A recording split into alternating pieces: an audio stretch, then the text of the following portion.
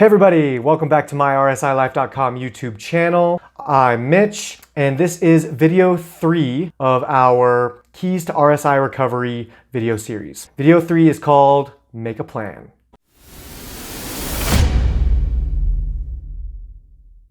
All right, let's get into it. Once again, this video will be broken up into sections like we did in video 1 and video 2. Some of them might have 3 sections like I think the last 2 did. This one's just gonna have 2. So let's get started with the first section, which is set goals. Now that you have accepted responsibility for your situation like we did in video 1, and we have aimed our mindset towards aggressive recovery like we did in video 2, now is a perfect opportune time to set goals for the future and plan the steps that you will take to get there. So let's start by imagining your life 5 years from now. Will you be suffering from RSI symptoms? Will you be at your same job working at a computer for 8 hours a day? Will you still be seeing regular workers' comp doctors? Will these outcomes be out of your control? So hopefully you answered no to each of those questions. Those outcomes are certain if you continue living the lifestyle that led you to injury. Right now, fortunately, which is awesome, you have a chance to determine the outcome for the next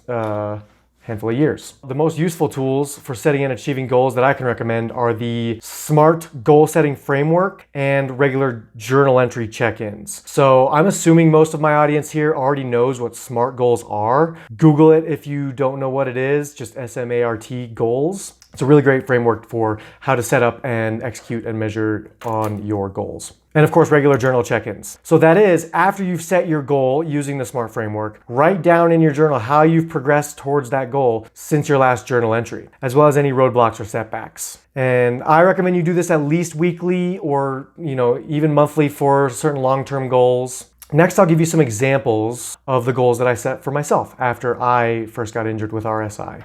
My goals were to stay employed for another 2 years. I didn't want to, stop getting income. I wanted to start a blog. So for you, this could mean invest in some new skills or hobbies. I wanted to lift weights 3 times per week. So for you, this could mean pick up any kind of new sport or activity. For me, lifting weights was new. I wanted to attend yoga class once per week at least. I set a goal to budget my keyboard and mouse use to 30 minutes a day. This was kind of derived from the guidance that I got from my workers' comp doctor and occupational therapist. So if you set a goal like this for yourself, make sure you work with your medical professionals. I wanted to learn computer shortcuts. I wanted to learn automation and computer input gadgets like Dragon, like the foot mouse, like I talk about all the time. I wanted to budget my cell phone use. So tactically, that means I wanted to text people only for logistical reasons. Left the phone in the car when going out. As much as possible, use Google Assistant and voice to text input whenever possible. I wrote this down. I didn't take this step for quite a while, but I knew that the time would come when I needed to sell my video games.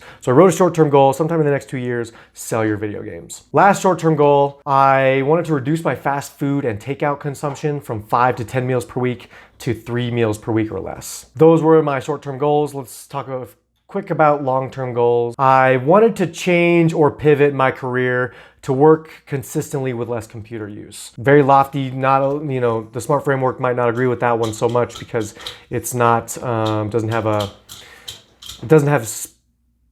not specific, the S in SMART. I wanted to take at least 8 weeks of vacation each year. All right, I did it this year. That's great. When you make a goal like this for yourself, you can go big. This is the long term. You have plenty of options. If you're going to pivot your career, you can kind of imagine what kind of career you want that's going to allow you to take that vacation. Then as well, last long-term goal, I wanted to fully automate or hire help for regular computer tasks. So a lot of those you may agree with, you may not.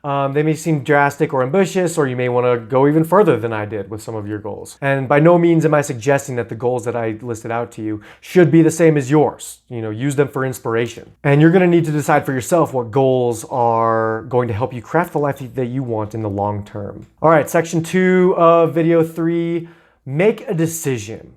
So now we've set goals. You set goals towards your recovery and career success, and it's time to start living it. And I love this quote. I believe it was Machiavelli who first said, and later it was attributed to Winston Churchill and a bunch of others, never let a good crisis go to waste. So let the explosive emotions evoked by your injury motivate you to start aggressively undoing the damage caused to your hands and your mental condition and your career. So let's talk tactics again. Dedicate time each week for exercise. Dedicate time each week for hobbies or skills. For example, you could join an intramural volleyball team for some weekly social fun and exercise. I highly recommend volleyball. In my experience, it was just super welcoming. There's always families there and dogs, and people totally suck and it's okay. And for RSI sufferers, for me, it was a way to regain confidence using my hands and arms. It was really, really, really great. Still, I have to say, if you're gonna take up a new athletic activity, talk to your doctor, please. And of course, this post would not be complete without mentioning diet and nutrition. It should go without saying that physical recovery from RSI will be accelerated when the body gets the right nutrients and calories. Any sort of fitness or physical rehab goals should be accompanied by a meal plan. If you've never tracked meals or caloric intake, if you've never tried to adhere to a meal plan, then I honestly think it's your best option to hire a personal trainer. That's what I did. I just had no clue what I was doing. And that nutrition expert can help you set and meet your goals. And they showed me how to set an appropriate goal, to align the workouts with the meals. And then it was up to me, after we created the recipes and the grocery lists, it was up to me to make the time to cook, to track the meals in the app, like MyFitnessPal, and to stop going through the drive-thru. And I'll talk briefly here about the results. They were pretty great. I lost 25 pounds in 5 months. While recovering from my computer-related RSI, I would bring notes from my personal trainer to my occupational therapist, who was super enthusiastic about it and would review the workouts, make suggestions, ask me how I was feeling during the workouts, and stuff like that.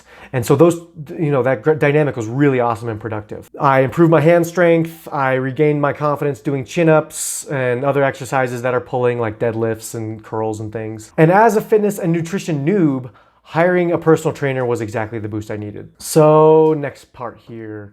By now, if you're watching this video, hopefully you are regularly using your alternative computer input tools. Work days are perfect for practicing computer use with your voice and alternative tools, and for building automations. And for me, I just explained to my boss that I need time during the workday to practice these tools. And in my experience, they're more than happy to grant you that.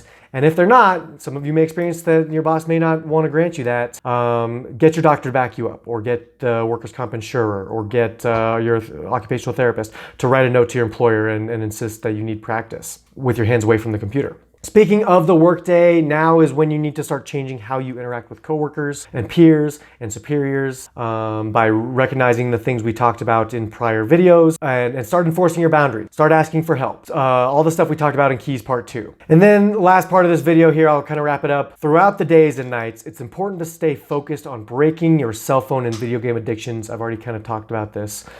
And I took small steps after the initial injury. You always want to take small steps. Some really easy steps you can take right now are start leaving your cell phone in the car, and don't bring your phone into the bathroom with you anymore. I put books in the bathroom now. Many months later, after countless days and nights of sad and longing stares and even a few stupid, painful attempts to play, I did end up selling all my video games. And my life's no different. Check in regularly with a mentor if you have one. Continue to journal, continue to read. You are on a journey. Keep cranking towards that goal, and we'll see you in the next video. Let's wrap up video 3 of our Keys to RSI Recovery series with the action plan. So to make a plan, open up your journal. Step 1 of the action plan is answer the question, what will my life be like in 5 years from now? What will my life be like 10 years from now? Write down the age that you will be at those points as well. Number 2, in your journal as well, write down your goals in the SMART format. Write at least 2 or 3 goals for the short term, so that's like 2 years or less time frame, and then 2 or 3 goals for the long term, 3 to 5 years or even longer if you want. Write them in the SMART format, so look it up if you don't know what that is. Take a lot of time and detail. Focus them on, of course, your RSI recovery, whether that's physically, mentally, or your career. All 3 in my case. Write down how you will track progress and write down how often. And you can even set calendar invites to remind yourself to track progress. Step 3, action plan number 3, track your meals for 1 week using MyFitnessPal. If you're already doing this, don't worry about it, or if you already have your diet plan already figured out. But I feel like for the majority of people, they don't really pay attention to what they're eating. So this can help you pay attention. I'm gonna stop far short of recommending any sort of diet plan. Like I said, you need to talk to someone more qualified than me. But after you've tracked your meals for 1 week using MyFitnessPal, review the results at the end of the week. Preferably, even better, if you could review them with your doctor, nutritionist, mentor, spouse, whatever. But then after you've reviewed that, decide for yourself whether you need to make any changes for your nutrition. Use your journal if you want there as well. Number 4, this is one you can do right now, is take out your phone and turn off all unnecessary notifications. Uninstall all unnecessary apps from your phone, especially uninstalling games and social media. So just wanted to include some little practical action steps there for you, or like immediately practical action steps. Of course, goals are practical. Step 5, start reading books or audiobooks if you do not do so already. This habit has been amazing for me in my RSI journey. A great place to start is my blog post or video on the 5 books that help you cope with RSI. All right, big action plan here. We're gonna go to number 6. This is the last one. Open up that journal again and go back to action plan number 2 and revisit the alternative computer use strategies that you strategized in your journal. And for each strategy, bring them into the next page. Write down whether you need more practice, whether computer use or work duties have gotten easier for you, as well as any roadblocks or frustrations that you are experiencing. All right, that's your action plan. Thanks for watching video number 3 in the Keys to RSI Recovery. Make a plan.